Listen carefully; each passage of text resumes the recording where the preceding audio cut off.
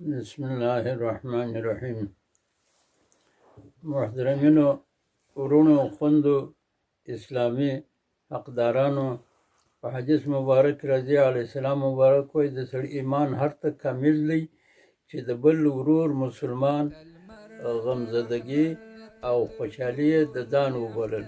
نو په لحاظه څه وخت چې دغه اوازه د مختلفو وطنو د ښارو د دولتو سره راځي چې دا یو بیکاره ناجوړي پیښه سوې ده، سبب د هلاکت ده. په دا خاطر کې محترمینو، تاسو ته زه خپل شفقت در شریکوم. خدای تعالی دې ما ته ثواب راکړي او تاسو ته دې خدای تعالی توفیق درکړي او تاسو هم نورو ته ورسوئ.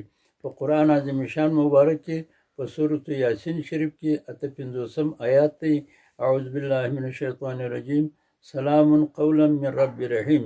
دا سړی د شواروزه څخه 280 واره وایي د دغه مرض دپاره دفاع ده، بلکې د داسې مرض دپاره دفاع ده چې هغه مهلک مرض یې که د هغې او په زندګانۍ کې هر رقم مرضۍ نورې هم پېښېږي، د دې دپاره دفاع ده. او ډېر مفسرین پر دا باندې چې هغه د اسم اعظم شریف په باره کې اختلاف راغلی دی چې پوشیده پټ دی، چاته نه دی معلوم. هغه تعریفونه د اسم اعظم شریف چې کړي دي هغه هم پر دا سلام قولا من رب رحیم باندې صادق دی.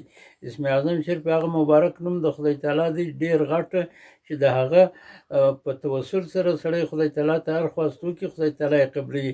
نو دغه محترمینو نارینه او زنانه اسلامي ورونو او خویندو مؤمنینو او مؤمناتو دغه د ځان عادت کوي، په ګردو کورو کې جاري کوي، بلکې د خپل ځان نیت هم پکې کوئ، د کورنۍ دم کوئ، عام قریبانو دوستان کوم پر اطرافو باندې د هغو نیت هم پکې کوئ، بلکې د عام مسلمانانو نیت کوئ. دا چوف چې سړی پر ځان وکړي او د شاوخوا یې وکړي داسې رسېږي لکه دعا و شره.